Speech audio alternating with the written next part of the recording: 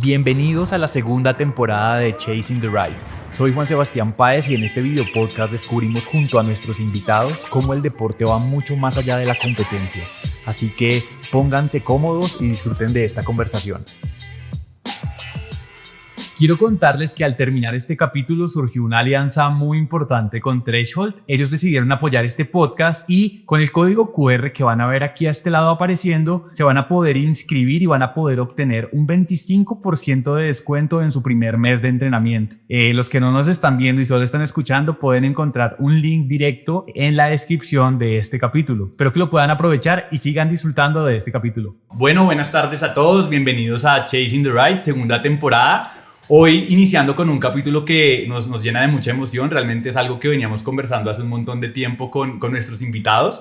Hoy tenemos el gusto de tener aquí a Threshold Experts, que pues es una empresa que nos va a hablar hoy de quiénes son, qué hay detrás y pues del aporte que le han hecho al ciclismo, pues yo creo que a nivel nacional en este punto. Entonces pues le doy la bienvenida a Pablo, a Alexa y pues para arrancar cuéntenos ya de su boca quiénes son, qué hacen, cómo se describen. Bueno, Marcelo, primero muchas gracias a ti, a Alexandra también, que no saben, pero no nos vemos muy seguido porque sí. ella vive en Bogotá y yo vengo de Medellín, por eso nos habíamos demorado en hacer el podcast. Y bueno, ya Threshold ya es nuestro 7º año, empezamos por allá en el 2019, pero todos veníamos del ciclismo. En ese momento empezamos 3 personas que hoy en día seguimos trabajando en Threshold. Y ya van siendo, 7 años de crecer mucho. Ya somos aproximadamente unos 60 colaboradores entre todas las áreas de la empresa. De esos casi 50 directos, 60 directos más, por ejemplo, el área contable es externa. Pero ya somos 50 entrenadores, sumado pues el área de marketing, de todo. Sí, incluso hace 2 años que no éramos tan grandes como somos hoy en día, ya Training Peaks nos había reconocido como la empresa de entrenamiento a distancia personalizado más grande del mundo que utilizaban Training Peaks, y pues ya hoy somos casi que el doble. O sea, siguen manteniendo ese reconocimiento, ese título lo llevan todavía. Y somos como el partner para Latinoamérica de Training Peaks, entonces digamos que tenemos una ventana muy chévere con ellos donde, por ejemplo, ahorita hemos estado trabajando en algunas cosas de Training Peaks virtual, dándole sugerencias, mira, esto de pronto no está funcionando tan bien. La nueva funcionalidad de entrenamientos de fuerza, nosotros digamos que tuvimos el privilegio de entrar en el beta antes de que lo sacaran para todo el mundo. Entonces apenas lo sacaron para todos, nosotros ya teníamos una base de datos de ese tipo de entrenamientos creada. Y como fortalecimiento y entrenamientos ya funcionales, digamos, no sé si lo has visto en Training Peaks, que son unos videitos nuevos que ya vienen con el video de cómo hacer la sentadilla, de cómo hacer todo eso. ¡Qué nota! Tremendo. Ya lleva más o menos un añito, pero cuando fue nuevo, ya para nosotros no era ya lo habían trabajado.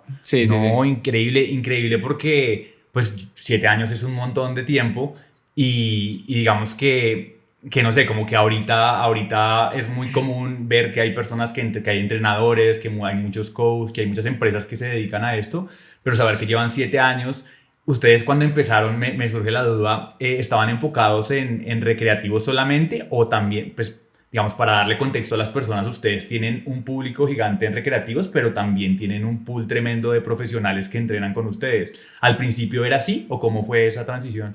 Bueno, no, nosotros pues realmente cuando empezamos Threshold eso vino de un desamor, pero de un desamor con el ciclismo. Yo desde que tenía 15 años, primero, bueno, menos, soñé con ser ciclista profesional, soy muy malo, no nací con la genética. Entonces, ni con las técnicas de entrenamiento logró. No, es que, o sea, pude tener el mejor entrenador del mundo y no llegaba. Mi VO2 máximo es de 57. Genéticamente estoy limitado, no hay nada que hacer. Pero eso es bueno, ¿no? O sea, ese VO2, obviamente no para ser profesional, pero siento para que un dentro recreativo de un recreativo es muy bueno, ¿no? Sí, pero pues ya estoy aquí revisando. Pero es 57 entrenado. O sea, es un mejor momento. Sí, o sea, ya metiéndole. Ok. Pero pues para ser profesional, uno si quiere ser un sprinter profesional, que tiene que empujar cercano a los 70, o sea, ahora en Colombia que todo es subiendo, uno va y revisa y todos son de 80, 70 y algo, es un 57. A mí eso vale. Es de las cosas espectaculares que me parece del trabajo que ustedes tienen, y es poder ver la data de la gente, o sea, como que poder ver esas vainas, como quién es alguien muy bueno, quién es alguien promedio, quién resalta. Y también me surge la duda de, bueno, no, mentira, no quiero todavía seguir. Usted estaba en su respuesta contándonos acerca de... No, yo no tengo lío. No, pero cuénteme que parece importante. Entonces, pues ya cuando tenía 17, 18 años, pues la realidad lo golpea a uno en la cara. Pues uno entra en la categoría sub-23 ya con la élite y uno se da cuenta de que pues de eso no voy a poder vivir. Okay. O si es vivir, es ganándose por ahí un salario mínimo sin prestaciones, rebuscándose carreras pirateando, es muy difícil. Y yo tenía la posibilidad de estudiar, entonces empecé a estudiar. Yo soy fisioterapeuta de profesión y al mismo tiempo haciendo los cursos de la Liga de Ciclismo de Antioquia. En ese entonces la Federación Colombiana de Ciclismo tenía unas capacitaciones muy buenas, muy buenas. Algo que se ha perdido hoy en día lamentablemente. Y me empecé a capacitar como entrenador y empecé a tener mi equipo de niños y ya mi sueño cambió y ya mi sueño era llegar a dirigir en Europa. Yo me soñaba dirigir un equipo de ciclismo en Europa. Sí. Entonces ganamos Vuelta del Futuro, ganamos en mujeres con Yesenia Meneses en ese entonces. Orgullo País actualmente, ¿sí? Sí, pero en ese entonces era una niña. Entonces competía por nuestro club. Sí. Luego de eso ganamos Vuelta del Porvenir a Guatemala con Wilmar Paredes, que hoy corre en el Team Medellín. Sí. También estuvo Sergio Andrés Higuita en el equipo. Wow. Sí, tuvimos que, digamos, la fortuna de tener esos talentos y encontrar el momento. Yo fui a tocar puertas, recursos y llegamos incluso a ganar Vuelta a Colombia, Vuelta del Porvenir con Daniel Arroyave. Okay. Ya de ahí firmo con el Manzana Postobón y tengo la oportunidad de dirigir durante casi un año el Manzana Postobón y el Team Avevillas. Okay, wow. Que tú sabes que bueno, el Postobón se termina a mitad de 2019. Nosotros estábamos en Europa con el Avevillas corriendo Vuelta a Navarra, íbamos de líderes con Camilo Castro. Y bueno, eso fue un golpe durísimo, obviamente para la moral, porque nos dieron prácticamente, muchachos, se acabó el equipo. Mañana acaban la carrera, o en 2 días acaban la carrera. Y oficialmente están desempleados todos. No, pues, vénganse para Colombia. Fuimos mucha gente la que nos quedamos ahí como un equipo sin empleo. No, y éramos 2 equipos. Claro. Porque el Avevillas era el equipo B del Postobón. Entonces nos quedamos sin el Postobón y sin el Avevillas. O sea, nos quedamos en la calle casi 60 personas en un día. Llegamos a Colombia y para mí fue una depresión muy brava. Yo llevaba casi 8 o 9 años diciendo, mi sueño es ese. Y llegué y me duró 6 meses. Claro. Y yo pensaba que estábamos tocando el cielo con las manos porque íbamos líderes en Europa. O sea, yo decía, o sea, si me preguntabas el día antes, el sueño, un día después. No puede ser. Todo cambia. Todo, pero, o sea, no fue como que empeoró un poquito. Fue el lado opuesto de la moneda. Y pasé a estar dirigiendo Europa una semana después llegar a Colombia. Era el campeonato nacional de pista en Medellín, ahí en el velódromo. Y claro, yo por allá cometí la burrada de aparecerme un día a ver el nacional. Y pues, como todo en la vida, hay gente que está feliz de que a uno le vaya mal. Y sobre todo que yo era muy joven y todo el mundo era como que, ¿por qué llegó allá? Porque era el mejor equipo casi que del continente. Y yo era un niño, tenía 20 y algo de años. Y era director ahí en el equipo, junto con Oscar de Jota y con los otros profes. Y claro, la gente, ¿qué fue lo que pasó? Obvio, ellos sabían qué había pasado, pero eran ahí a buscar el mal. Sí. En ese equipo también estaba el profesor Saldarriaga, ¿cierto? También era estaba parte Saldarriaga, de Wow, es que era un combo muy bravo, o sea, en términos de entrenadores y de deportistas, era un combo muy completo. Era un proyecto de país, pues había muy buenos corredores. Y yo era nuevo, ¿cierto? La promesa. No sé si promesa o no. Muy bueno. Era el nuevo. El Pep Guardiola. No. Entonces sí fue un golpe muy duro, sobre todo que pues desde ahí hasta el día de hoy han pasado ya 7 años y no hemos tenido un equipo Continental Pro. No hay. O sea, el ciclismo colombiano perdió algo que era muy importante. Y obviamente en medio de esa depresión, todo, yo volví y Pablo Jaramillo, que es mi socio hoy en día en Tresol, me dijo, vení, nos buscan para entrenar aficionados. Y pues yo tenía que vivir de algo, ¿cierto? Claro. Y yo hasta ese momento a mucha gente le decía que no. O medio los entrenaba ahí por los laditos, siendo sincero y perdona de esos, porque estaba ocupado siendo el director del equipo y uno viaja mucho, entonces es muy complicado. Y yo vi como que no, pero es que será. Y ya luego de un par de días y de reflexionar, yo dije, bueno, ¿quién sabe cuándo volverá a haber un Continental Pro en Colombia? Ahora ni se diga un World Tour. Pues tengo que vivir de algo mientras tanto, ¿cierto?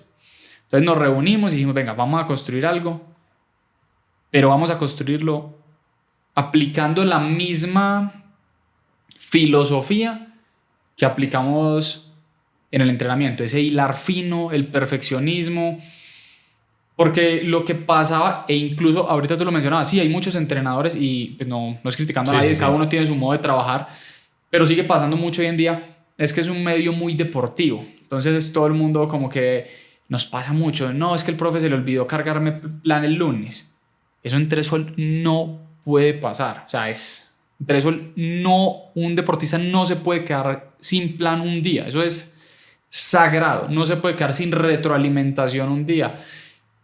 Acá somos hacia nuestros deportistas muy deportivos, ¿cierto? Y así queremos que nos vean porque somos sus coaches, pero hacia adentro tenemos estándares de calidad. Buenísimo. Pues ya es una empresa supremamente seria que nos ha permitido también hacer alianzas con empresas muy grandes como EPM, como ISA en algún momento, como Renting Colombia. Entonces digamos que sí nos ha permitido como consolidarnos. Y así es que empezó Threshold. En 2019 registramos la marca, empezamos nosotros tres. Con ese nombre, Threshold, desde el principio. Sí, eso fue lo primero que hicimos, registrar la marca.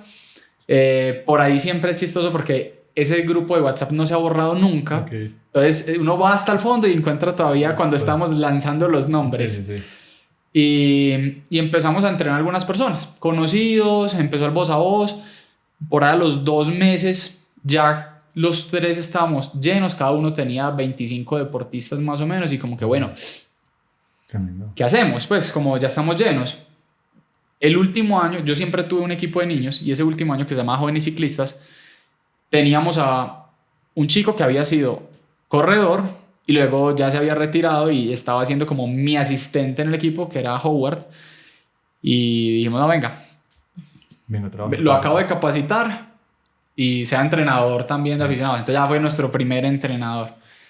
Y empezamos a crecer y llegó la pandemia. Okay. Entonces nos asustó mucho y dijimos, caramba, ¿qué hacemos? Dejamos en ese momento a los que eran nuestros deportistas, entonces le dijimos, venga, por motivo de pandemia le vamos a hacer pues como esta tarifa especial. Y nos inventamos las carreras virtuales. Yo no sé si tú te acuerdas en la pandemia que se hizo Vuelta a Colombia virtual. Sí. Nosotros le hicimos. Los organizadores de sí, todo eso. Con la federación. Okay. Y éramos los 3 encerrados en la casa de un tío que tenía mejor internet que nosotros. Es que estábamos acá en el estudio. Sí. Quedaron un segundito y éramos gritando ahí en la sala, oiga, ponga full pantalla. Y éramos transmitiendo y hicimos Vuelta a Colombia virtual. Entonces fue una oportunidad para que mucha gente nos conocieran. Y bueno, de ahí para acá ya ha sido un punto casi que de contratar un entrenador mensual, porque hemos venido creciendo muchísimo en este momento. Sí, Threshold tiene aproximadamente unos 1.300 deportistas, por eso son casi 60 entrenadores, bueno, 50 y vamos para allá, sino que yo cuento 50 entrenadores, los que ya están, o sea, son mis entrenadores, y tenemos unos aprendices, que esos aprendices están como en periodo de prueba para ver si pueden o no pueden ser entrenadores. Y no atienden clientes, sino que atienden entrenadores, a mis entrenadores. Esos son los deportistas de prueba, entonces tienen que superar unos estándares de calidad para poder ser entrenadores en Threshold. Digamos que nosotros de cierta manera nos hemos convertido en una especie como de mini universidad de entrenadores. Entonces ellos, para poder ser entrenadores, no es como que yo estudié profesional en deportes, haga 3 de 8. No. Usted digamos que sí tiene que tener un conocimiento académico, pero entra en nuestra propia academia. Y son 9 niveles de clases. Que ustedes han diseñado ya. Sí, ya. Todo. Y son 9 niveles de clases. Un libro. Cuando acaban esos 9 niveles de clases y el libro, tienen que hacer un examen. Si sacan menos de 85%, tienen que hacer otros niveles de clase. Si sacan menos de 60%, no hay ni chance de ver más clases. Se acabó tu proceso, no puedes ser entrenador acá. Si sacan entre 60 y 85 otras clases, y hasta que no saque más del 85% en los exámenes que tenemos como estandarizados, no puede entrar. Entonces somos ahí súper exigentes con eso. Tremendo, o sea, se podría decir que ustedes casi que profesionalizaron el entrenamiento para deportistas recreativos, pues en el país, ¿no? O sea, como que, no sé, yo no sé cuántas empresas puedan llegar como a contar una historia así o por lo menos tener procesos como tan estrictos y tan rigurosos en medio de la formación de los mismos, de las mismas personas, como reglas tan claras también dentro del juego.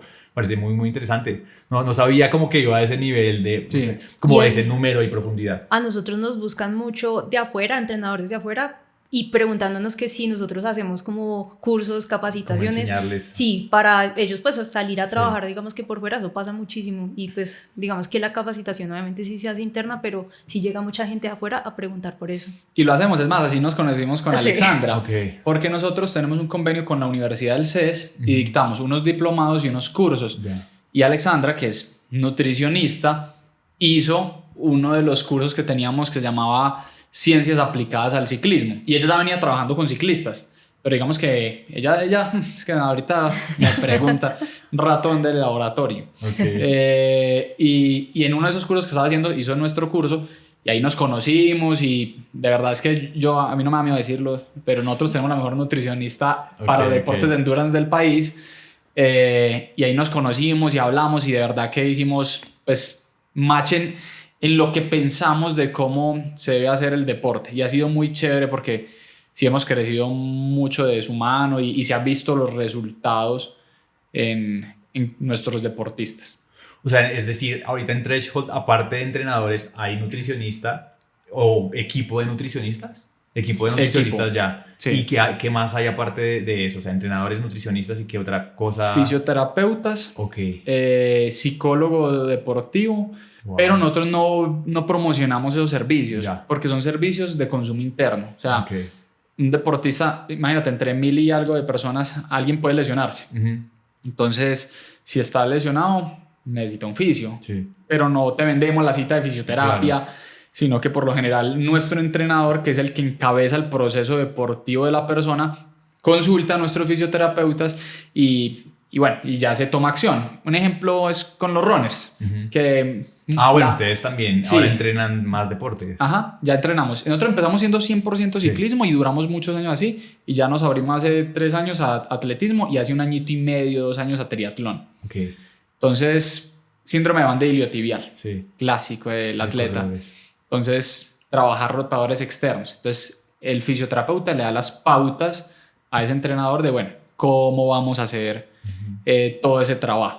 Tremendo, un ecosistema bien completo Sí. como de todas las áreas. Que muchas veces la gente no se da cuenta porque nosotros no vamos por ahí, que de pronto estamos fallando en eso y tenemos que hacerle más, Comunicando eso. y más bulla, diciéndole al deportista como que, hola, la sesión te la puse hoy porque a través del trabajo con todo el grupo interdisciplinario decidimos eso. No, él la pone, ¿cierto? Sí, sí. Y de pronto estamos ahí fallando algo en la comunicación, pues ya cada uno cae en cuenta. Pero todos los lunes tenemos staff médico. A las 8 y 5 de la noche, después de que todos los entrenadores terminan la retroalimentación del lunes, son otros 45, 50 minutos, donde los entrenadores traen un caso. Hey, venga, mira, me pasó esto con este deportista, ¿qué puedo hacer? Esta semana nos pasó, hey, este deportista está sintiendo esto, estos son los exámenes de sangre, y lo analizamos porque es normal que el entrenador, digamos, tenga unas cosas que se le salgan de su área de expertise porque no puede ser entrenador, fisiólogo, médico, nutricionista, pero nosotros tenemos en el equipo, pues, digamos Pero que... una opinión una profesional. opinión, exacto.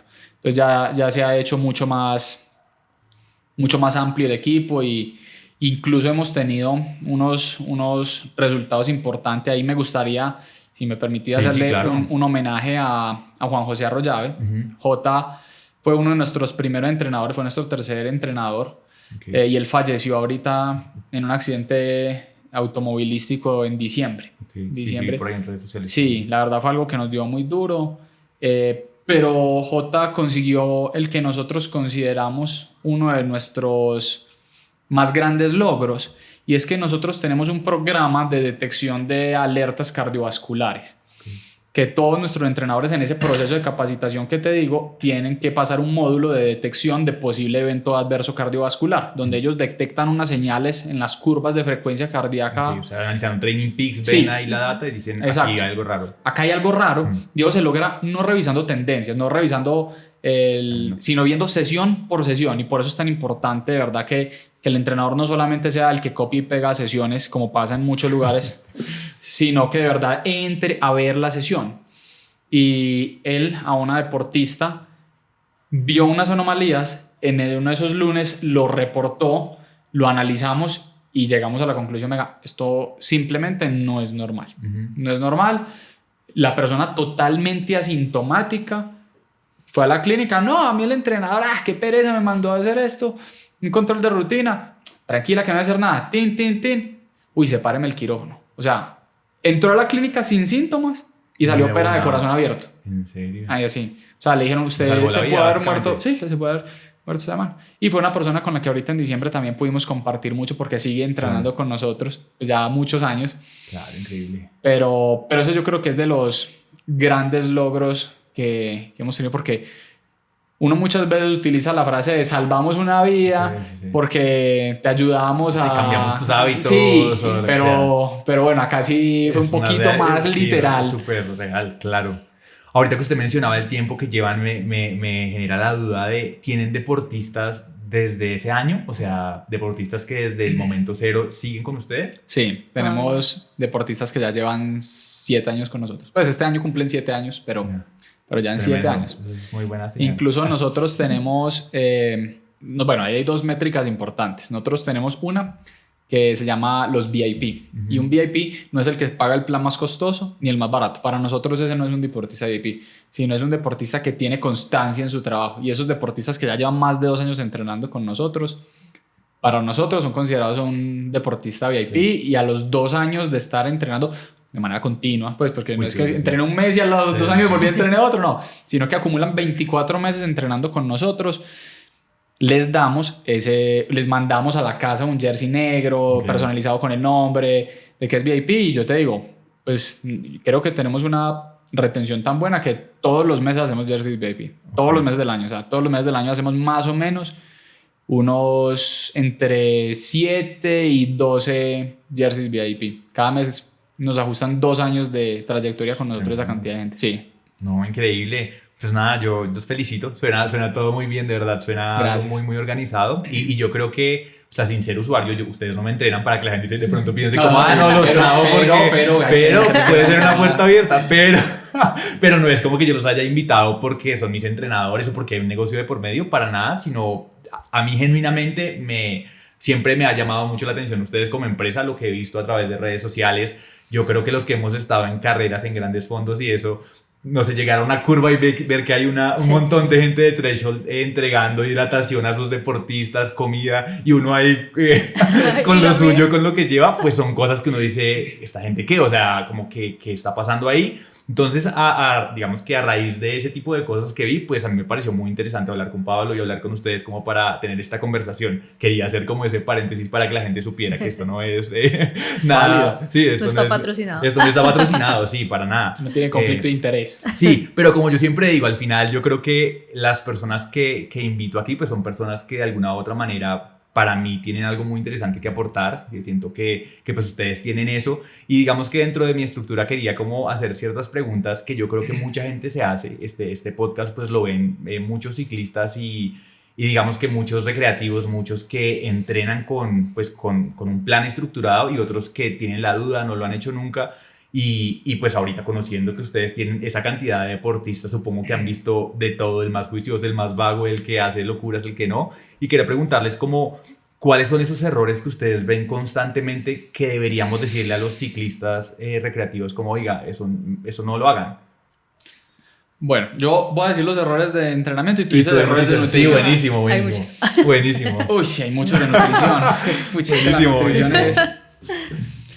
Bueno, es que eso yo creo que todo el mundo lo dice, y es que entrenar siempre duro, pero realmente la gente nunca entrena siempre duro. O sea, cuando nosotros incluso algún reel habrá dicho entrena siempre duro, pero la realidad es que casi nadie entrena siempre duro, porque es imposible. Uno decir que todos los días sale duro, nadie es capaz de hacerlo. Entonces uno dice, no, sí, yo tengo un amigo que siempre que sale a tope, pero ese tope no es su tope. Okay. Es lo que le da buenísimo, en medio de la fatiga que mantiene. Entonces son personas que siempre entrenan algo que solemos llamar la zona gris. O sea, él siempre va a tope, siempre se siente que va así, pero realmente nunca está logrando estimular las zonas que hay que estimular para mejorar, porque siempre está en un estado de medianamente cansado.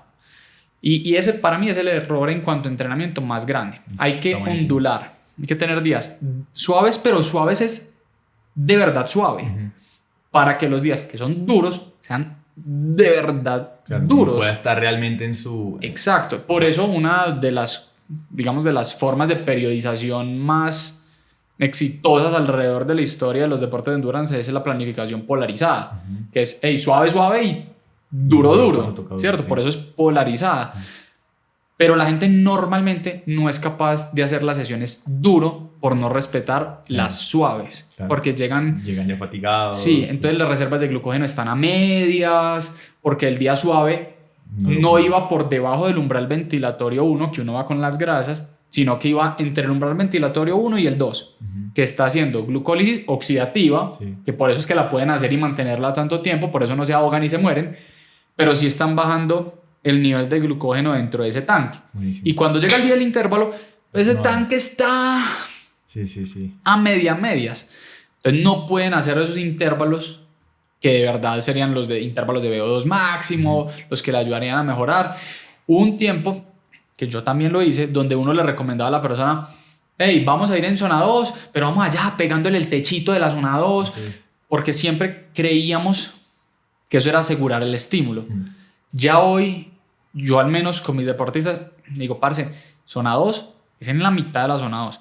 Incluso después de la horita y media, 2 horas, dependiendo pues de la persona, porque es que hay unos que tienen más tanque, o sea, acá estoy diciendo algo muy general, ya lo individualizamos, puedes ir en la parte baja de zona 2. O sea, no te me estreses por ir pegado allá al techo de la zona 2, que cuando hacen eso uno va y saca el resumen y da cuenta que como está tan pegado, tiene un montón de pasitos a la zona 3 y terminó haciendo un montón de tiempo en zona 3. Porque ahí pasa eso. Ahí llega el día del intervalo y, profe, no me dio para hacer los intervalos, me morí. Como que no estoy mejorando. Pero el motivo es que metiste las patas ayer. Pero en su mente no están metiendo las patas porque como que... tanto. Sí, yo no sentí que acabé reventado. Pero para hacer unos intervalos tan duros como los que teníamos programados necesitamos llegar aún más fresco. Bueno, ahí me extendí un poquito. Pero venga, antes de que termine ese punto me parece muy interesante. Hay mucha gente que dice que, por ejemplo, uno tiene un entrenamiento en zona 2 y, no sé, Bogotá, que uno hace una vuelta a la sabana en zona 2 y tiene que terminar en Teusacá. Entonces, hay mucha gente que dice, como no, en Teusacá uno ya tiene que apretar así su entrenamiento porque es súper importante como que uno al final tenga como un susto al corazón o a las piernas. Eso es verdad, o sea, eso sí es verdad, o termina afectando lo que usted dice de gasto, o sea, estoy dándome entrenamiento. Todo es muy relativo, porque si tú me dices, venga, voy a hacer un aumento en la intensidad, 1, 2, 3 minutos, pues eso no va a ser muy relevante e incluso es posible que active tu metabolismo como para lo que quede el día. Ahora, ¿cuánto se demora subiendo Teusacá? No, pues yo creo que alguien muy bueno lo sube en 9. En 9 minutos. Y alguien normal 13, 14, 15. Entonces ya no es una activación. O sea, eso ya, si uno se hace eso a tope, eso ya es un intervalo. Claro. Y si lo estás haciendo a tope, que por qué pegarle un susto al corazón, estás haciendo un intervalo de zona 5 o mañana hacerte otros intervalos de zona 5. Ya ahí la verdad es que no funciona. Sí, no tiene ya mucho sentido. Sí, incluso un minutico, un minutico y medio, pues puede funcionar como para activar, porque uno en un minuto y medio como para el remate, como ya ahí Sí, no va a depreciar las reservas de glucógeno en un minuto y medio y acaba y tomes el recovery con muy buenos carbohidratos pensando, hay besos de ellos. Sí, ahí va. Pensando en la sesión de mañana. Pero la verdad, la sesión de zona 2 es para una cosa. Ya. Yo cuando sí le recomendaría haga ese remate el día de los intervalos. Haga los intervalos y acabe el último intervalo ahí a tope. Incluso ya pásese de la zona y acabe de hacer all out, porque a veces es importante también dar ese puntico extra. Y eso es algo que nosotros como entrenadores hemos fallado. Y es que le hemos enseñado a la gente como que haz estos intervalos en la zona. Y casi nunca le damos la libertad de, uy, el último... No, a tope, pues sálgase un poquito de esa zona todo ahí. porque se nos meten en una zona de confort que a veces es peligrosa.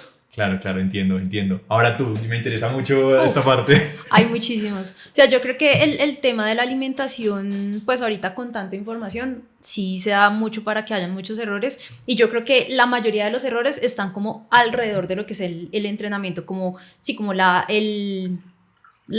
alimentación perientreno, que cuando uno habla de alimentación perientreno es antes, durante y después. Okay. ¿Qué pasa mucho? Por ejemplo, el tema del consumo de carbohidratos intraentreno. Digamos que uno escucha mucho en redes, pues la típica recomendación que uno tiene que comer cada 40 minutos. ¿Pero cuánto? O sea, muchas veces se da esa recomendación y por ejemplo, no sé, si tú vas haciendo un entrenamiento, qué sé yo, de 1 hora y media con intervalos en zona 5, zona 6, zona 7, y te dicen que te comas algo cada 40 minutos y te comes un gel de 20 gramos de carbohidrato por hora, eso no te va a dar para llevar a cabo la intensidad.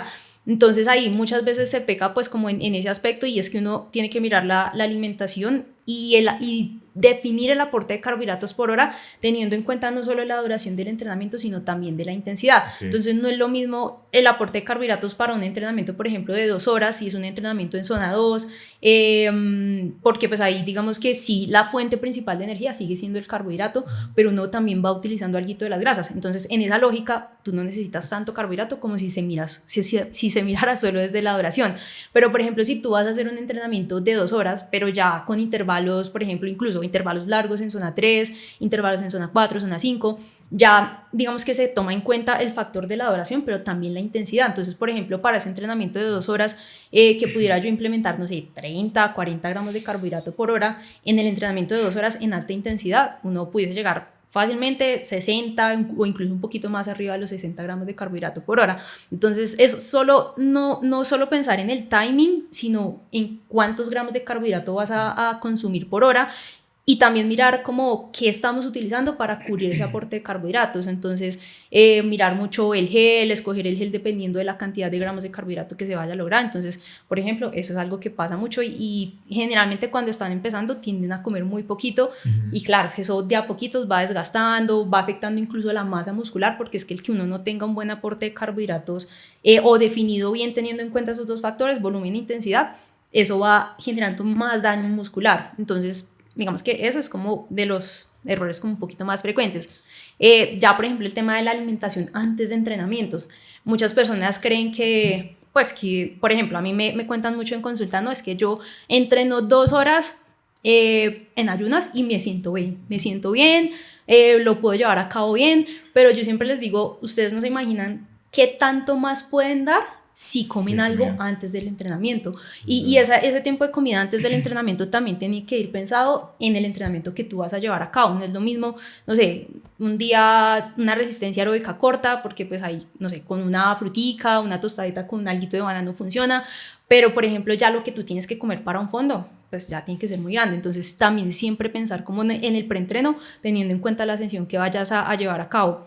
Y ya digamos que en el postentreno, como lo decía Pablo, es pensar en el postentreno no solo pensándolo desde el entrenamiento que acabas de hacer, sino lo que tienes para el día siguiente, y sobre todo pensándolo en el carbohidrato, porque por ejemplo si tú hiciste hoy no sé, intervalos en zona 3, digamos intervalos en zona 4 o 5, y mañana tienes un día de descanso activo. Entonces ahí, obviamente, después de la sesión hay que reponer carbohidratos, pero muy probablemente no necesitamos tanto carbohidrato porque al otro día tenemos una sesión suavecita, entonces no necesitamos llegar con las reservas de glucógeno muscular tan llenas.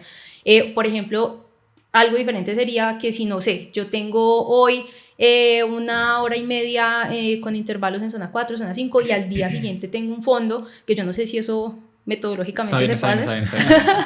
Pero por ejemplo ya ahí en ese postentreno uno busca lograr un aporte de carbohidratos, o bueno, una relación carbohidrato-proteína 2:1, 3:1, porque uno ya tiene que llegar al otro día con reservas de glucógeno muscular completamente llenas.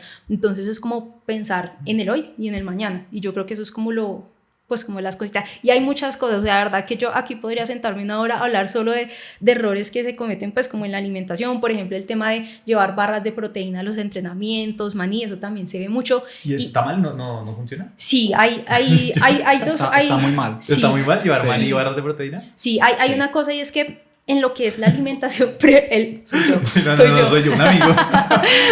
Hay una cosa, y es que en lo que es la alimentación previa a entrenamientos y durante entrenamientos, uno tiene que cuidar 3 aspectos, pues como en la alimentación: el aporte de fibra, el aporte de grasas y el aporte de proteína.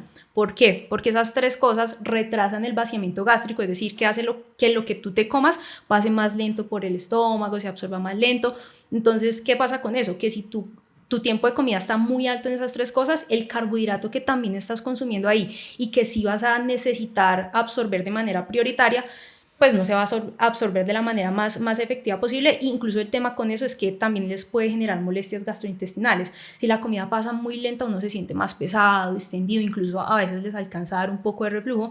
Entonces uno siempre les recomienda cómo cuidar esas cosas. Entonces a veces, y ahorita pues con lo mismo, como hay tanta información en redes, por ejemplo, se ha satanizado y digamos que sí depende obviamente mucho del contexto, el tema del consumo de carbohidratos simples, azúcares, pero resulta que en la actividad física eso es lo que uno tiene que implementar, que el carbohidrato sea lo más limpio posible como de esas 3 cosas y lo más simple, pues precisamente para agilizar esos procesos de digestión, de absorción, porque el tracto gastrointestinal durante la actividad física está pasando por, digamos que por un estrés, porque no hay flujo de sangre hacia el tracto gastrointestinal, sino hacia el músculo.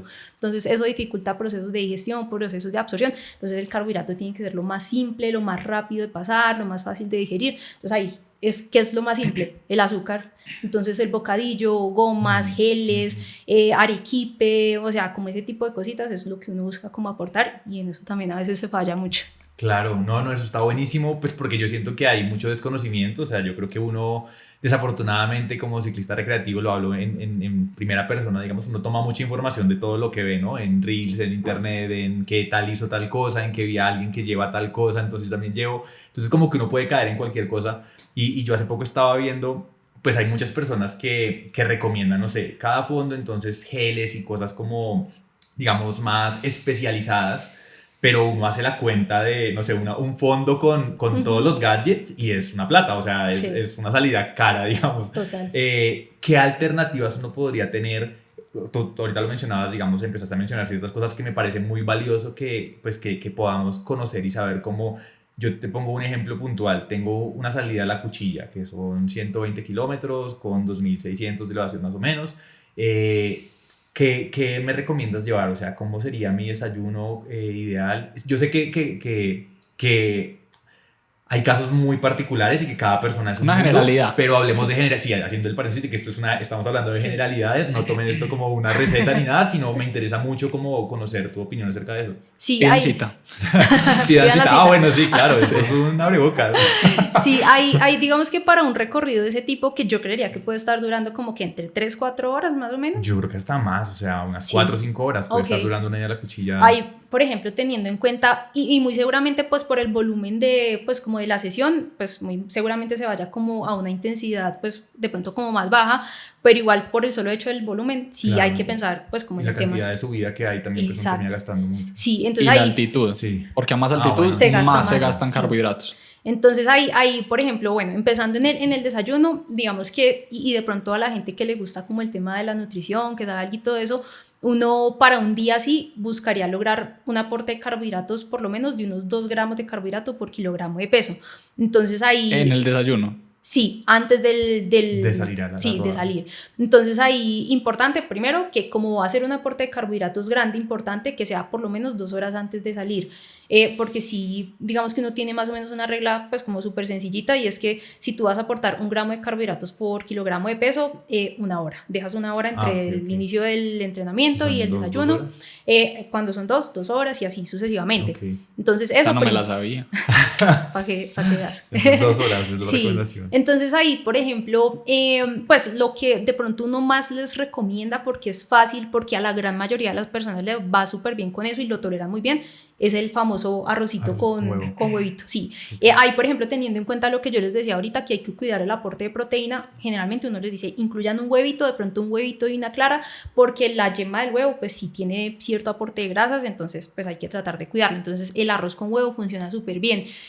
Obviamente, digamos que las cantidades dependen mucho del peso de la persona, claro. Pero por ejemplo, no sé, pudiese ser arrocito con huevo, de pronto unas tostaditas con mermelada, y de pronto hay un cafecito, pues también pasa. Entonces digamos que Eso sería más o menos como lo que uno puede implementar. Por ejemplo, hay personas que les va muy bien con la avena. La avena pues obviamente tiene fibra, pero pues digamos que hay muchas personas que lo toleran muy bien y les cae muy bien al estómago, pero hay otras personas que definitivamente no. Entonces ahí, por ejemplo, sí, hay algo que uno les dice y es que consuman con lo que están familiarizados y con lo que saben que les va bien. Entonces, por ejemplo, ese puede ser un desayuno. Los pancakes también son muy buena opción porque los pancakes tienen un aporte de carbohidratos, digamos que bueno, considerable en un volumen de alimento pues como más bien chiquito, entonces no los deja tan llenos.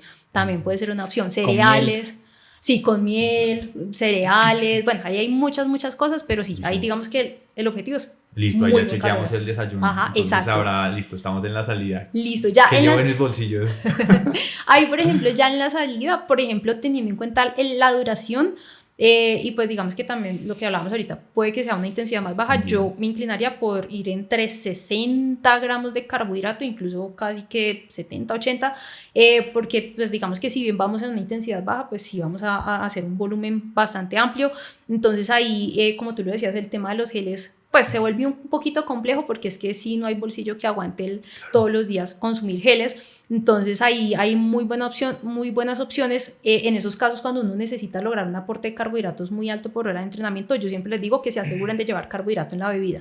Entonces ahí, por ejemplo, puede ser la sencilla y la casera, que es zumo de limón, salecita y miel. Ahí va muy buen carbohidrato con la miel. Suena rico.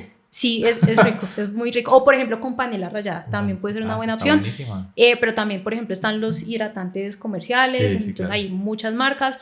Entonces llevar un buen aporte de carbohidratos en la bebida, por ahí unos 30 gramos de carbohidrato en la bebida.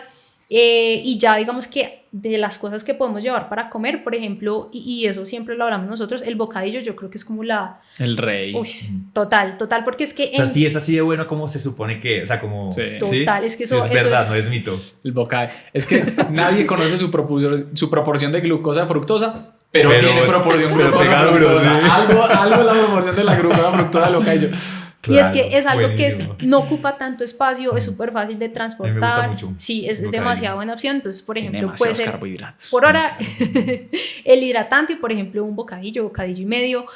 Por ejemplo, para llevar también, y que ahorita yo les he estado recomendando mucho, por ejemplo, coger las tortillas de trigo, digamos tipo Bimbo, se les unta arequipe y se hacen como rollitos. Yo he visto a Andretti con eso. Sí, es súper buena opción.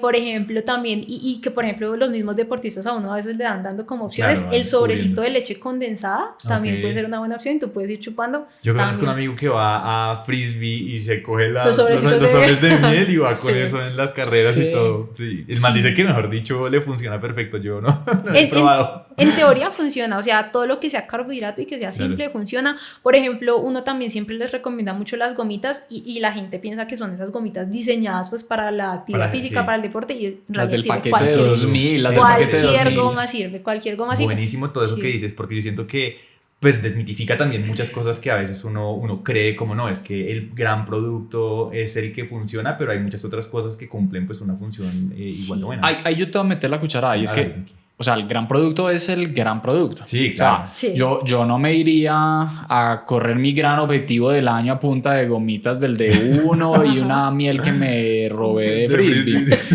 ¿Por qué? Porque eso tiene proporciones de glucosa fructosa, pero eso es 100% cerrado. Y uno entrenando a 40, 60, 70 gramos de carbohidrato por hora y no está empujando el intestino al límite. En competición, yo ya quiero el mejor rendimiento posible. Entonces yo ya quiero empujar a 90, incluso si entrené bien, mi tracto gastrointestinal 120 gramos de carbohidrato por hora. Y eso tiene unas limitantes a nivel gastrointestinal en los transportadores de glúcidos en el intestino, que si yo me descacho en el aporte, termino con una diarrea en plena carrera. Entonces ahí sí toca, bueno, yo voy a ir a los 90 gramos de carbohidrato, 2-1. Voy a ir a 120, 1,0,8. Entonces ya me toca ahí sí hilar mucho más fino. Ahí me perdí, pero claro, eso ya es como algo mucho más analizado por ustedes. Eso es, ¿cuántos gramos de glucosa versus fructosa tiene el producto? Si es 2-1, son por cada 2 gramos de glucosa, tiene 1 de fructosa. Si es 1,0,8, por cada gramo de glucosa, tiene 0,8 gramos de fructosa, ¿cierto? Entonces, Esa segunda se utiliza si quiero llegar a los 120 gramos de carbohidrato por hora. Y la primera se utiliza si quiero llegar hasta 90, ¿sí? Porque cambia cómo funciona el intestino. Claro, sí, yo creo que al punto también muy valioso el que usted está diciendo es que, pues yo creo que si uno va a su carrera a la que se está preparando, pues tiene que llevar la gasolina extra, Sí. o sea, que la gasolina de calidad. Y bien todo eso. asesorado, porque Claro, ¿qué nos está claro. pasando mucho? La gente está comprando los geles que más carbohidratos tienen, porque eso es lo único que importa. Sí. Entonces tú, por ejemplo, miras Enervit. Enervit tiene 2-1. Si tú quieres usar la estrategia con Enervit y tu objetivo a nivel mental es voy a echar 120 gramos de carbohidrato por hora, esa de pronto No sea la mejor. sí, no sea la mejor opción. Que si me preguntas a mí, yo creo que ir a los 120 gramos por hora para un aficionado no es necesario, Ok. porque ellos corren un día, es una carrera de una etapa, entonces los 120 van un poquitico más a profesionales y el aficionado por lo mismo, por la limitación en el recurso, no tiene el intestino tan entrenado Claro, es que eso es como una lo bomba. tienen los profesionales. Demasiado. ¿Por qué los del World Tour rinden tanto más que nuestros ciclistas del pelotón nacional? Sí, son más talentosos, por algo llegaron allá. Sí. Pero ese mismo corredor, cuando corría en el pelotón acá en nacional, no rendía tanto como hoy en día en Europa. Pero, ¿qué pasa? Hoy en día tienen pues mejores entrenadores y también les mandan cajas y cajas de geles y ellos entrenan en su día a día con esos geles, con todo, lo cual les permite entrenar más duro, Y adaptar entrenar más también su cuerpo. y entrenar su tracto gastrointestinal. Brutal. Bueno, dale, acaba tú. No, y yo ahí creo que también en las carreras el tema de utilizar geles o alimentos deportivos también tiene otra ventaja y es que no te vas a ir cargado de tantas cosas porque es que son alimentos que están diseñados para en un volumen muy pequeñito darte un muy buen aporte de carbohidratos y eso digamos que en temas logísticos sirve Claro. muchísimo, entonces también por ese lado pues uno como que... Es verdad. Ahí hay una, yo creo, de todo lo que tú dijiste, hay dos cosas que quería agregar porque son errores que también veo muy común en los deportistas. El primero es el que dice, no, yo sí soy capaz de hacer intervalos en zona 5, en ayunas y con dieta cetogénica. No, eso es imposible a nivel fisiológico. Ah, pero es que mire que si llegué a zona 5, pues déjame decirte que tu umbral, si comieras carbohidratos, sería más alto, porque es imposible. ¿Cuál es la definición fisiológica del umbral ventilatorio 2? Es cuando mi metabolismo glucolítico oxidativo está en su máxima expresión, pero además estoy con una gran contribución de glucólisis no oxidativa. O sea, usted no puede decir que está haciendo glucólisis sin tener glúcidos en su organismo. Usted no puede agarrar una grasa, una molécula, un lípido y decir estoy metabolizándolo y produciendo lactato por vía no oxidativa. No, eso no, o sea, No, pues, fisiológicamente no funciona. Es que sí, que mire que estoy sufriendo mucho.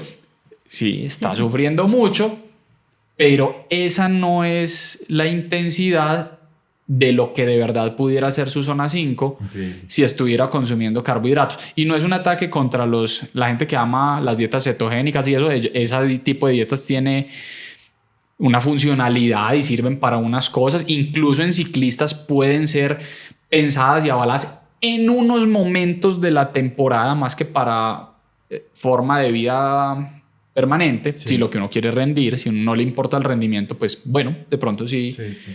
De pronto sí. Eso era lo primero. Y lo segundo, entonces claro, bueno, va a acabar ese comentario primero. Entonces como uno no logra estimular eso, lo mismo que te decía ahorita, no vas a mejorarlo. Y esa es la mejor forma de mejorar el umbral, que es trabajar en el V2 máximo. Entonces, esa es una limitación que le pasa a mucha gente. Y la otra, que se me acaba de olvidar, juepucha, ¿qué era? Ah, ya me acordé. Nos pasa con muchos deportistas que llegan queriendo cambiar su composición corporal y dicen, yo quiero bajar de peso. Y se asustan o se sorprenden cuando uno les incluye un montón de carbohidratos en el entreno. Y esto es súper importante porque incluso pasa con los profesionales. Y es que dicen, no, yo tengo que estar más limado. Entonces, ¿qué tengo? Que comer menos. Pero hay una diferencia fundamental a nivel fisiológico con los carbohidratos. Cuando tú estás haciendo ejercicio y ingieres el carbohidrato, no necesitas insulina. Es más, no se genera un pico de insulina en tu organismo para ingresar. Esos carbohidratos que estás ingresando desde la sangre hasta el músculo entran sin necesidad de insulina. y aumenta la tasa de oxidación de los carbohidratos. No se necesita insulina, no se necesita.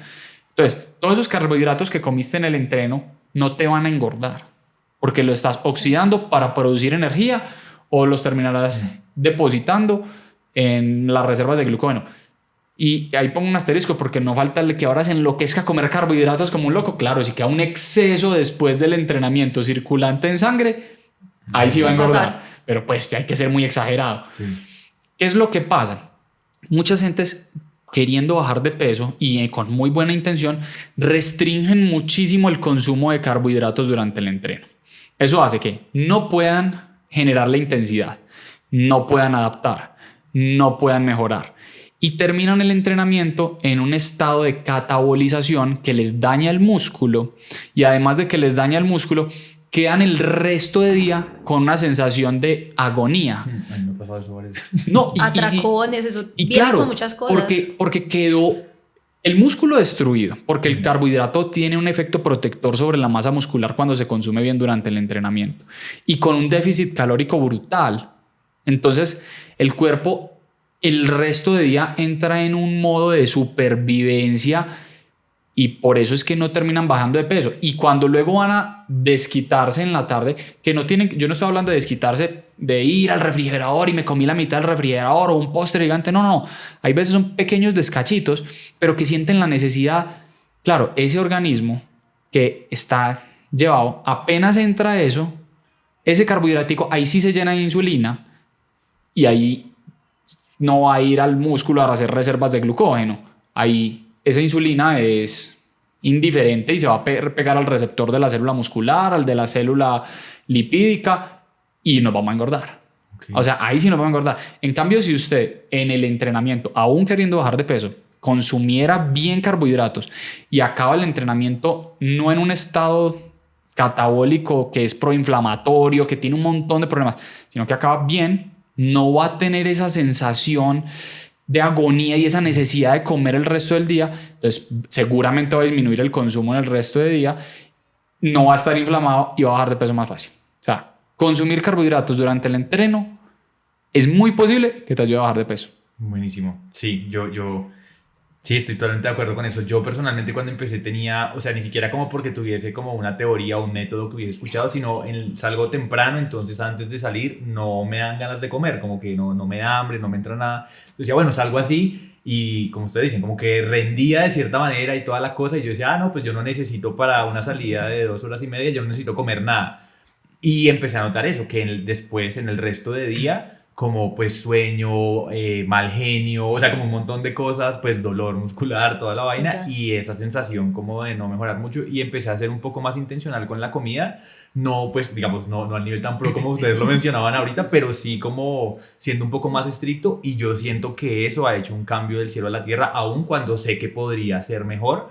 Y eso me impresionó mucho, como, o sea, sí. cuando Pablo me dijo que venías, pues que venía una nutricionista, yo dije tremendo porque me parece un gran tema, porque uno ignora muchísimas cosas y comete muchísimos errores, entonces me parece muy valioso lo que están diciendo porque yo creo que un porcentaje muy alto la embarramos en eso, no es que me siento apretado, que no, yo no puedo comer ahorita, yo prefiero después, y cuando llego con los bolsillos llenos de comida, todo sí.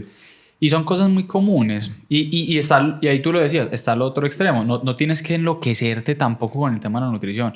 Yo a todo el mundo le digo, ahí venga, la mejor nutrición, hay gente que es que no, pero es que me pasé de 15 gramos. Sí. Chachos, eso no existe la primera persona en el mundo que se haya engordado por eso, ni por comerse un gelcito de más, ni porque se le fue una cucharada más de arroz. La clave de una buena nutrición es uno entender de verdad qué necesita el cuerpo y llega un punto en el cual uno tiene la guía de nutrición, pero uno ya sabe, mañana me toca entrenar duro, le pongo un poquitico más de carbohidratos. ¿Cuánto un poquitico más? Un poquitico más, pues... Claro, hay momentos de hilar muy fino, pero es que si uno se pone a hilar muy fino todo el año, mentalmente revienta. Claro, pero, es una carga profesional que uno sí, no debería llevar. Entonces yo creo que también es decirle a la gente ahí, aprenda, entienda cómo funciona su cuerpo, déjese guiar por una persona experta como lo es Alexandra y perfecto, ya empiece a acomodarlo a su estilo de vida. Nos pasa mucho con los deportistas de la costa. Allá tienen que madrugar mucho porque ellos ya tienen que haber acabado a las 7 de la mañana, es que donde no Coja el sol y los acaba así. se fritan. Entonces, desayunar es difícil, Sí. sobre todo para las mujeres que tienen un estómago chiquito, a esa hora madrugar es bien difícil y hay alternativas, batiditos de carbohidratos, cositas así, pues que son como una especie de medio desayunito, Pero más compacto, como más fácil, y más líquido, rápido. entonces Sí. ya viene como medio digerido, por así decirlo, y son alternativas. Y uno a esas personas les incluye esa vaina. No, eso les cambia el Claro. entrenamiento porque obviamente antes siempre salían en reserva y ya salen con power. Claro. Hablando con personas aquí del equipo y pensando en qué preguntas podíamos hacer, hubo una que me pareció muy interesante y era como, o sea, alguien recreativo, ¿en qué momento debería considerar buscar pues un entrenador, un proceso de entrenamiento como el que ustedes ofrecen? O sea, sí, ustedes ¿qué dirían? Porque claro, en términos de ventas uno diría... Siempre. Todos. Compre la bici y su plan de entrenamiento, pero siendo realistas como... O sea, ¿qué podríamos decir ahí? Mira, no, y es algo que yo, la verdad, no temo decir con total normalidad. Hay personas que llevan 7 años continuos entrenando con nosotros y nunca han pausado. Incluso, yo te lo digo, hay varios de nuestros deportistas que nos dicen, no es que yo no suspendo, porque el día que vos no me cargues una sesión de entreno, yo no salgo a montar. Claro. Y hay gente que podrá decir, no, pero es que eso no es disfrutar la bici. Es que él disfruta de eso. Claro. ¿Quiénes Eso somos lo para mantiene decir enfocado, organizado. cómo debería disfrutar la gente o no? Y eso también me lo aplico a mí. ¿Quién Sí. soy yo para decirle a la gente que si no estás llevando un plan totalmente estructurado, no estás Pues- haciendo un estilo de vida saludable? Bueno, eso también es válido. ¿Cuándo deberíamos tener un entrenador? Cuando queremos un resultado diferente al que obtenemos solamente saliendo a entrenar.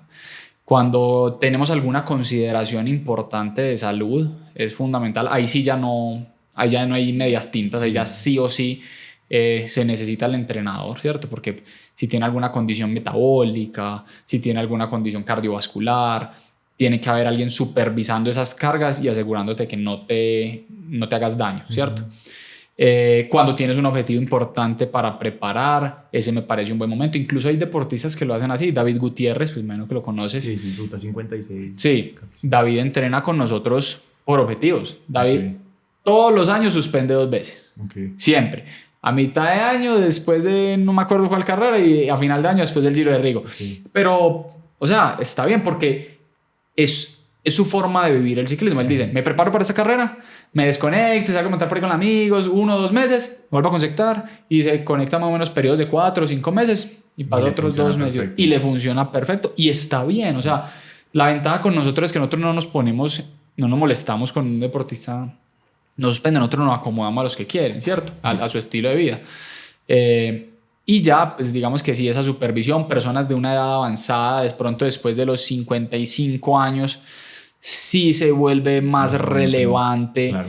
hacerlo. Y ahí quiero hacer algo, es un servicio que no vendemos, pero si yo tengo un entrenador y no tengo ningún signo de alarma, yo debería estar haciéndome un examen médico preventivo a nivel cardiovascular, ojalá y lo practico el deporte de manera aficionada, ojalá cada 3 años, lo practico a nivel profesional cada año, pero para ahí cada 3 años debería estar chequeándome una prueba de esfuerzo, electro, eco, de corazón, ¿sí? Sí. Si yo no tengo entrenador, yo lo recomendaría anual. Porque, pues, y el entrenador tiene que ser un buen entrenador para que durante esos 2 añitos de pronto que no están ahí tan encima, esté vigilando esas curvas, esté vigilando esas gráficas, pero nosotros no tenemos el mismo nivel de profundidad que tiene el eco, por ejemplo. Entonces, nosotros sí sugerimos, no obligamos, pero sí sugerimos a la gente que esté controlándose. Y si no tiene alguien que esté supervisando sus comportamientos, ojalá que sí se lo hagan anual. Está buenísimo, gran respuesta, sí. Sí, porque yo creo que como lo hemos mencionado desde el principio, pues cada deportista es un mundo, cada persona pues tiene objetivos principales y bueno, como muy particulares, pero me parece muy interesante esto de la salud sobre todo, porque yo creo que yo también creo que la embarro mucho en eso, en que soy muy fresco, como que digo, sí, soy, pues, no sé, tengo 37 años, pero no siento ningún dolor, no siento ninguna maluquera, no sé qué, entonces no me cuido para nada, pero bueno, ahorita el caso que contaban de la persona que se sentía súper bien y que de repente Estaba alguien perfecta. encontró pues una anomalía en sus datos, y eso salvó su vida. O sea, como que ese tipo de cosas, yo digo, yo creo que cometo errores en eso y es algo muy importante, y creo que ahora que el deporte pues ha tomado tanta fuerza en maratones, medias maratones, ciclismo, todo, pues de carreras y competencias tan exigentes con personas que de pronto no se preparan de la manera adecuada, pues se han visto un montón de casos ahora de pues gente que muere, gente que sale súper mal, que se desmaya, bueno, un montón de cosas que me parece muy apropiado el comentario de por salud. Creo que es un gran punto de revisar. Y ahí yo te extiendo un poquitico. Mira que cuando ya estamos buscando rendir en serio, no es solamente porque el entrenador saque un mejor rendimiento de mí, que sí, sino que ahí entramos en una zona donde también involucran unos riesgos, que si esos riesgos están vigilados por un entrenador, están mitigados. Ejemplo, cuando yo quiero llegar, ahorita, Giro de Italia, pues el Gran Fondo. El Gran Fondo, sí. Quiero llegar en mi mejor versión. ¿Vos qué empezás a hacer? Entrenar. Más duro. Sí. Empezar a entrenar más duro. Sí. Entonces ahí empezamos a entrar en una zona donde posiblemente pueda empezar a afectar de manera negativa mi variabilidad de la frecuencia cardíaca si ondulo mal las cargas. Si las ondulo bien, la voy a afectar positivamente. Si las ondulo mal, la voy a afectar negativamente. Y una mala variabilidad de la frecuencia cardíaca me va a llevar a aumentar el riesgo de poder sufrir un evento adverso cardiovascular por un desbalance en el sistema nervioso autónomo. Entonces, eso puede llegar a ocurrir, que suena como, ay, no, sí, imposible. Sí. Una persona que no se asesore, va en una carrera, cree que más cafeína es mejor y se mete 10 miligramos de cafeína por kilogramo de peso, y ya estamos hablando de una posible toxicidad por cafeína. Que uno dice, no, pues que 10 miligramos es imposible. Para una persona de 60 kilos son 3 geles de esos que tienen 200 miligramos de cafeína. No es tan loco, sí, pues. Sí, eso puede pasar. Conozco. Puede pasar. Que pasan por ahí. Y estamos hablando de que por encima de 6 miligramos por kilogramo de peso ya no hay mejora. Incluso hay evidencia que reporta que hay disminución en el rendimiento comparado con no consumir nada. No comparado contra consumir de 3 a 6, sino con no consumir nada hay disminución. Y después de 10 es un desastre. Entonces ya si uno dice, venga, yo me estoy tomando esto en serio, yo quiero tomarme la cafeína que es, yo quiero que no termine infartado en un evento, ahí yo debería, porque voy a exigirme, yo debería tener un buen entrenador que me esté vigilando eso, con el disclaimer ahí de que solo Dios pues tiene el control sobre la vida de las personas. A nosotros nos pasó un hecho muy lamentable el año pasado de una persona que nos falleció en un evento de atletismo fuera del país. Sí. Y no creas, yo casi me enloquezco, porque eso es lo que yo predico, que nosotros cuidamos a la gente. Yo busqué hasta más no poder. O sea, ya después de que pasó el evento, yo entré a esa persona y yo dije, ¿qué no vimos? Sí. Qué duro. No, fue durísimo. A mí psicológicamente me dio muy difícil y fue un periodo del año pasado muy complicado. Al final no resultó que nosotros no lo viéramos nada, porque no fue un evento adverso cardiovascular. Fue un evento cerebrovascular. Tuvo un aneurisma. Eso no tenemos nosotros. Sí, sí. O sea, fue un problema venoso en el cerebro y pues se le reventó una venita corriendo en el cerebro y eso fue lo que lo mató. No fue cardiovascular, no teníamos nosotros cómo detectarlo. Claro.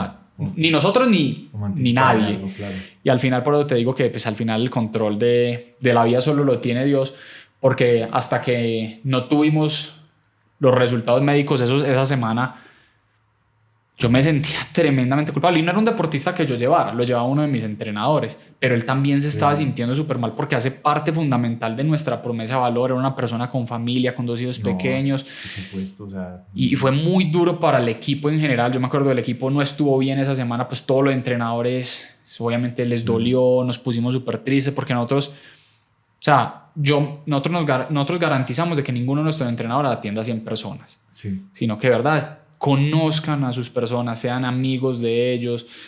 Entonces no es fácil, ¿cierto? Y cuando una persona fallece en un evento que tú le programaste, que tú le pusiste en Training Peaks, es difícil, sin tener la culpa, porque mi entrenador, claro, ahí yo meto la mano al fuego. Y luego de una investigación que hicimos con cardiólogos en Medellín, que de las mejores clínicas de SICOR, que les mostramos las gráficas, porque literal esa semana fue venga, que no equivocamos, porque cumplimos todos los protocolos, seguimos todo, nos rimos con todo el mundo. Nos decían, de pronto fue esto, ¡tran! Yo ya lo tenía listo, acá están las gráficas, acá están las métricas, acá están los exámenes, nada. Y ya porque fue en otro país, cuando nos llegó el reporte pues de parte de la familia, fue un evento cerebrovascular. Pues no voy a decir que descansamos porque igual nos dolió mucho, pero al menos sí fue como que, bueno, sí, esto le hubiera pasado aquí o mañana en la casa sentado viendo televisión, ¿cierto? Y digamos que nos quitó un poquito ese sentimiento de, uy, ¿qué pudimos haber hecho? Porque nunca hubiéramos podido hacer nada. Pero bueno, sí, son cosas que pasan y nos quedamos con el otro lado de la moneda, con el ejemplo que te conté ahorita y otros 3 casitos que ya en este tiempo son 3 personas que hemos logrado intervenir a tiempo, detectar anomalías a tiempo, aunque perdamos al cliente. Claro. De esos 3, hay 2 que siguen entrenando con nosotros y otro que está en rehabilitación. Sí. O sea, lo detectamos entrenando 100% funcional. Fue al médico, consultó y está en tratamiento para volver a entrenar con nosotros en 1 o 2 meses porque, bueno, está rehabilitándose. Está rehabilitando de algo que nunca le pasó. Sí. Le revisaron y... Afortunadamente.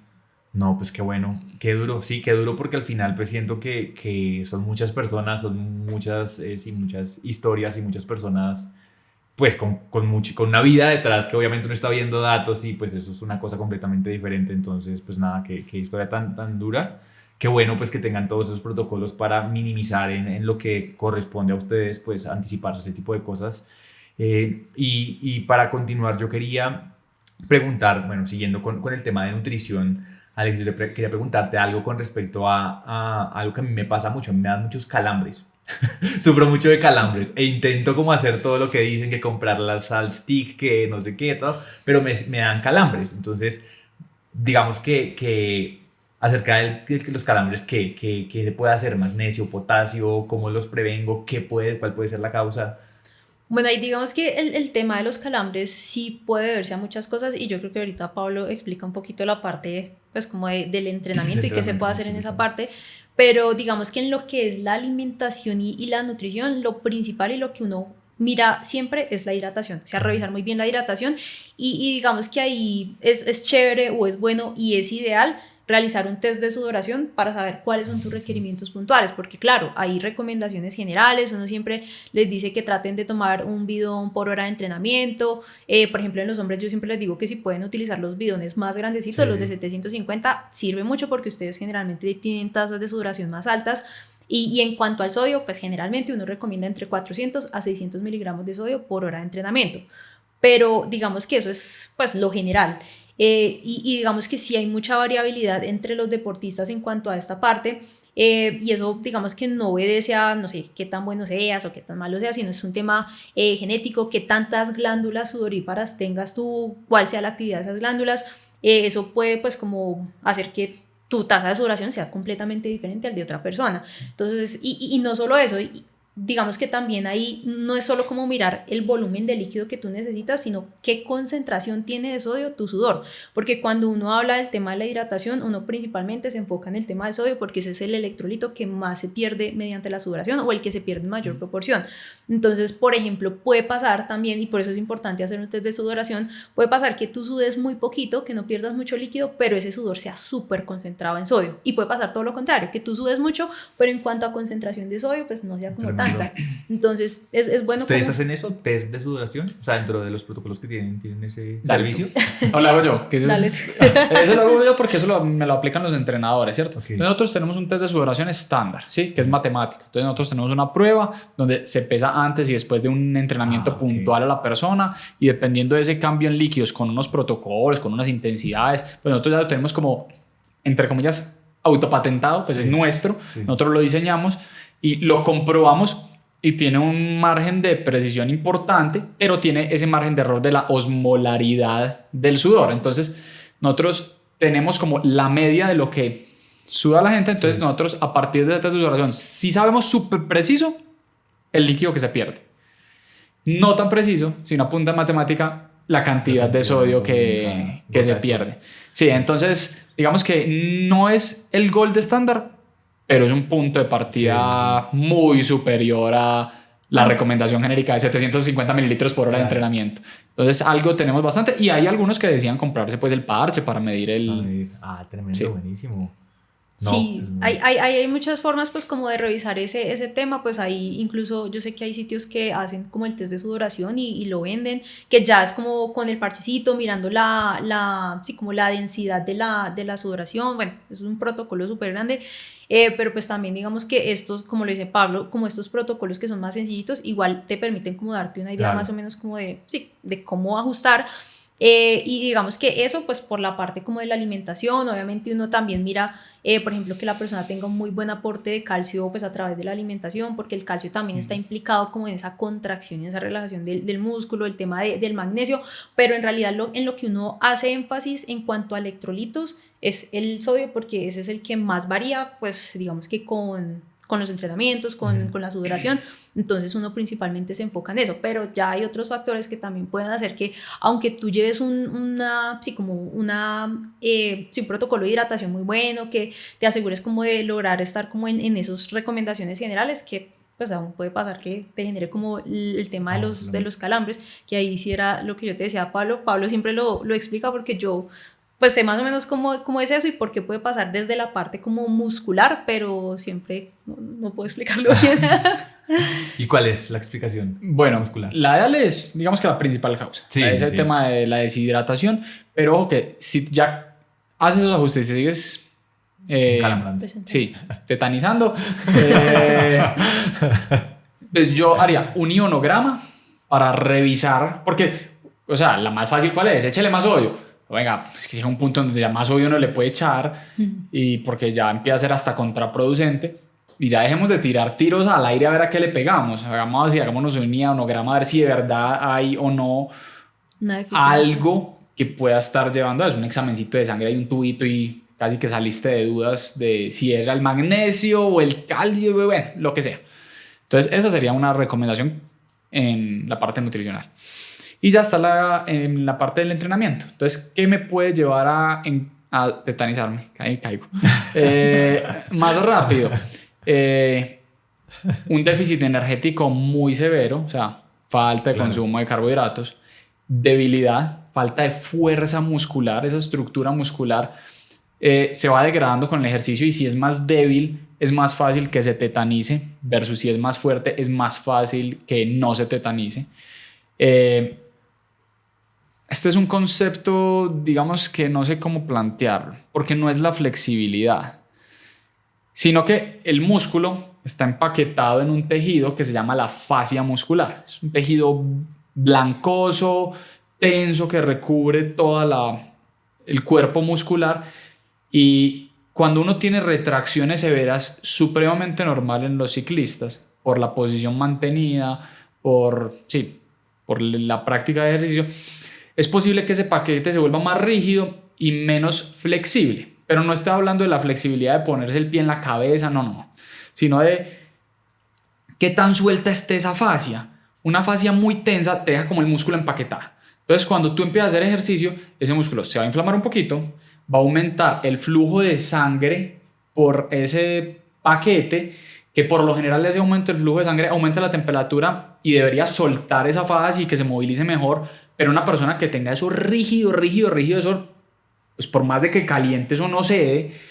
Entonces queda como empaquetado, y al el músculo crecer en tamaño se ahoga, porque está empaquetado y necesita pasar más sangre, pero no tiene como por dónde circular y llevar todo ese oxígeno, nutrientes, y retirar de ahí esas sustancias de desecho. Entonces esa puede ser otra causa de calambres, y no voy a decir que es muy común, pero es una causa que ocurre en el calambre isquiotibiales, que es relativamente común en el ciclista. Entonces un ciclista que se tetaniza mucho en los isquiotibiales y ya se está hidratando bien y sigue, que nos pasa muchísimo. Yo créeme, conozco muchos deportistas que luego de que siguen hidratándose siguen tetanizando en los isquiotibiales. Profe, pero ¿qué hago? Yo les daría 3 recomendaciones. Primero en orden: fuerza en isquiotibiales, mejorar la fuerza. Segundo, cuando ya hemos mejorado la fuerza, incluir movilidad. Movilidad es diferente a estiramiento, ¿cierto? Un estiramiento es pasivo, quieto, o uno ahí estirando, tocando la puntica de los pies. La movilidad es incluyéndole movimiento para ir, digamos que rompiendo de manera ordenada esas fibras de ese tejido y dándole más espacio al músculo para que se nutra. Y tercero, haría trabajos de torque, esos trabajos que son a cadencias bajas, zona 3, zona 4. Eso ayuda para... Sí, buenísimo. que no tienen mucha evidencia para mejorar el FTP. Es más, no sirven para nada para mejorar el FTP. Tienen evidencia que no sirven para nada. Entonces mucha gente dice, no, eso no sirve para nada. ¿Para qué? Para esto sí. Sirve para mejorar algo que se llama la vectorización de la fuerza.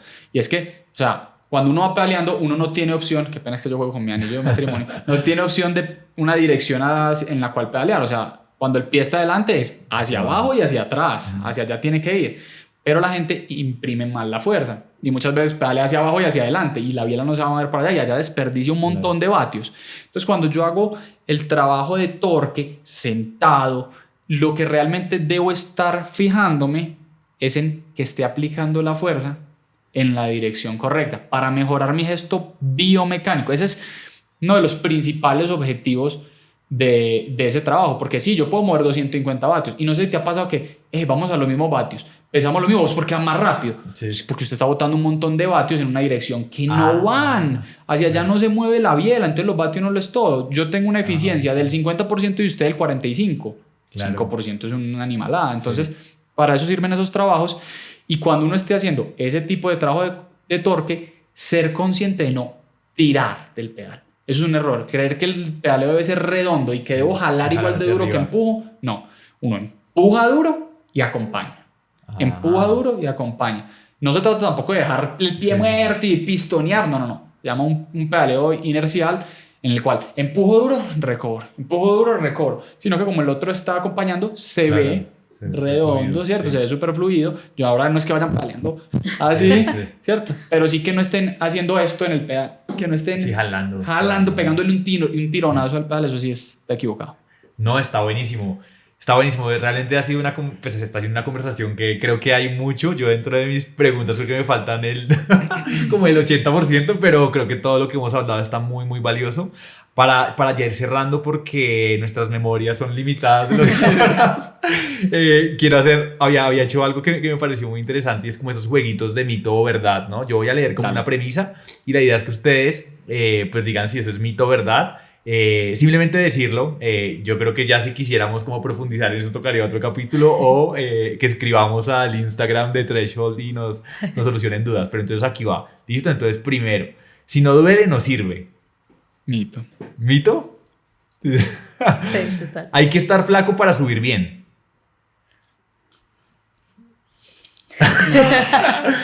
¿Polémico? Es que depende. Sí, no, o sea, a ver. Sí, pues no, es verdad. Pero es que es flaco, porque es que una cosa es flaco fuerte, otra cosa es flaco desgarbado, ¿cierto? Claro. Pero si yo lo que perdí fueron unos gramos de grasa, voy a subir mejor que si los estuviera cargando, porque estoy luchando contra la gravedad y si tengo más masa, más... Listo, es verdad. Pero hay que estar flaco para subir bien. O sea, es verdad, con muchos bemoles y con obviamente muchas cosas que analizar, pero sí. ¿Entrenar en ayunas quema más grasa? No, mito. Totalmente mito. ¿El rodillo daña la bicicleta? Depende del rodillo. Depende del rodillo. Okay. Pero en los rodillos de alta gama, no. Está cuidada. De acuerdo, listo, perfecto. Para mejorar subiendo, ¿solo hay que entrenar subiendo? Sí.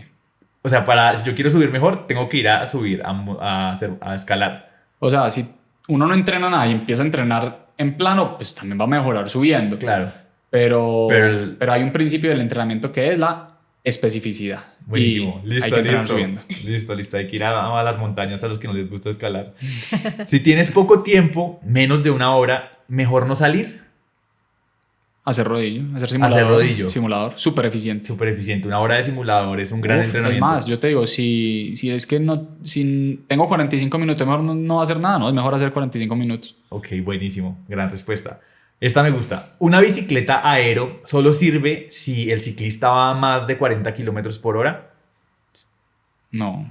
la aerodinámica empieza a funcionar y a ser importante por sobre los 18 kilómetros por hora. ¿De verdad? ¿Tan Por eso en el barato? World Tour, cuando uno van subiendo y van en lote, uno dice, ¿para qué van en lote si subiendo no afecta? No, pues que ellos suben a 20 y algo. Claro. Entonces ahí ir a rueda sirve. Ayuda mucho. Buenísimo. Listo, esa era mi lista de mito, ¿verdad? Me gustó mucho porque sí. Hay muchas que no. Lo de la bici aero, por ejemplo, yo pensaba como, claro, uno tiene que ir muy rápido como para que... Entre más rápido, más sirve. Claro, Sí, es se exponencial. Pero no sabía que, o sea, que yendo a 20, 18 ya había una ganancia Sí. aerodinámica tremendo. Igual importante ahí aclararle a las personas que aerodinámicamente hablando, el área frontal de una bicicleta es minúscula. Ok. Realmente el área frontal importante en el ciclismo es la de el corredor. Las La bicicletas posición del aero, corredor. más que ser con un tubito, un milímetro menos, que claro, eso ayuda, eso un par de vatios, es que le facilitan a uno adoptar una posición más aerodinámica, ¿cierto? Claro. Por eso al final lo importante es el conjunto. Le ayuda a acomodarlo, claro, sí tiene todo el sentido. Buenísimo, y ahora una pregunta que siempre hacemos en este podcast con respecto a los datos, al Garmin, así, al ciclocomputador que cada uno use. Si ustedes tuvieran la posibilidad solamente de llevar 5 datos en su ciclocomputador, ¿cuáles serían esos 5 datos infaltables? Empieza tú y luego... Por ejemplo, me parece muy interesante eso. En términos de nutrición, ¿hay algo que uno sea muy importante estar viendo? Uy, no sé.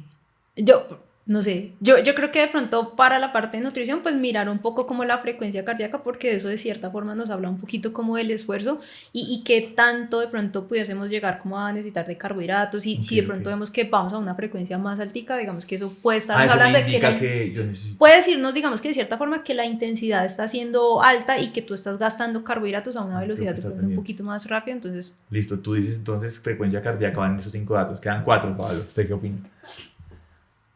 Ah, o sea, no lo podemos gastar entre los Sí, dos. sí, sí, sí. Ah, caramba. No, yo ya tenía mi lista. ¿Ah, sí?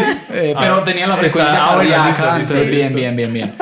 No, el volumen general de la sesión. Ajá. No, ¿Pero el pues, volumen en qué? ¿En kilómetros? ¿En tiempo? No, en tiempo. En tiempo. Kilómetros, ¿Cuánto lleva? es más, kilómetros pudieran ¿No? no tenerlo. Ok. Sí. El volumen total, el volumen de la vuelta, que es como el que sirve Ajá, para sí, controlar sí, el tiempo de los ajá. intervalos. Sí. La potencia. Sí. Potencia cada 3 segundos, como la potencia... A mí me gusta O vatio kilo, o sea, No. así que le muestre Potencia. 300 vatios. 300, 301, Sí. 400. A mí me Sí, gusta al instante. Ah, ok, perfecto. Pero si es a los 3 segundos no hay diferencia. Sí. O sea, por facilidad, pero Ajá. no pasa nada. Pero a mí me gusta al segundo. En vivo. Si usted dijo que la que me gustara. Tendría los kilojoules. Ok. Los kilojoules es otra que tendría en la pantalla Pero está muy principal. interesante. Lástima que no tenemos tiempo, pero eso sería... O sea, eso yo nunca lo... Te voy a decir básicamente porque hay cortico. Hágale. Hoy en día, la diferencia entre el FTP de un corredor que queda en el top 10 del Tour de Francia y el que queda 80 es prácticamente ninguna. Tienen prácticamente los mismos vatio kilo. Bueno, el 80 me fui muy lejos, pero entre el 10 y el 30 Sí. tienen prácticamente los mismos vatios por kilo en una prueba de 20 minutos en el FTP. ¿Cuál es la diferencia? La durabilidad, la capacidad de generar esa energía después de X número de kilojoules, ¿sí? Ok. Entonces, cuando yo quiero mejorar mi durabilidad, hago esos intervalos después de X número de kilojoules, Wow, donde ahí está también es tremendo. importante conocer Claro. cuántos kilojoules, porque los kilojoules se producen a raíz de la potencia y eso tiene que ver mucho con lo que uno pesa. Pero bueno, entonces Está por eso buenísimo, lo tendría, para buenísimo. entrenar la durabilidad. Listo. Ya hicimos los 5. Tiene kilojoules, tiene vatios, tiene lap, tiene tiempo total y tiene frecuencia cardíaca. Sí, Sí. están los 5. Oiga, está buenísimo. Eso de los kilojoules. Hágase un like o algo porque está muy bueno, está muy interesante. Está muy bueno. Bueno, no, pues ya con eso creo que tenemos mucha información. Como les digo, creo que para mí ha sido una conversación súper enriquecedora. Escucharlos creo que podría pasar horas escuchando y preguntándoles cosas. De verdad, un gusto, sí, hablar con expertos creo que es un gusto. Entonces, nada, quería agradecerles por haber venido hasta aquí, por tomarse el tiempo. Pablo, pues viniendo de Medellín, haber sacado este espacio en un día sin carro. Muchísimas gracias. No, gracias a ti. Muchísimas gracias. Creo que nos queda un tema que da para un segundo capítulo y es que acaban de abrir, o bueno, no se dice abrir, ¿no? De lanzar su equipo de ciclismo, Threshold, Milo, bueno, ¿cómo es todo el nombre completo? Bueno, esta es nuestra tercera temporada, Ah, pero es la este año ya tenemos un nuevo patrocinador, entonces ya nos llamamos ok. Threshold Team Milo, que Sí, es el nuevo sí. patrocinador, y Safer. Ah, ok, Entonces, ok. digamos que nuestra tercera temporada, este año sí dando como un pasito más adelante. Ay, no, pues felicitaciones, que bueno, creo que eso da para otra conversación, entonces Sí. pues nada, felicitaciones y pues nada, agradecerles por estar aquí. Gracias a todas las personas que se tomaron el tiempo de estar con nosotros escuchando todo esto. Uy, sí. Se nos fue el tiempo porque estuvo muy interesante y creo que todos los que lo escuchen les va a pasar igual, se les va a pasar muy rápido, entonces gracias por habernos escuchado, nos vemos en un próximo y gracias, nos vemos. Gracias, chao.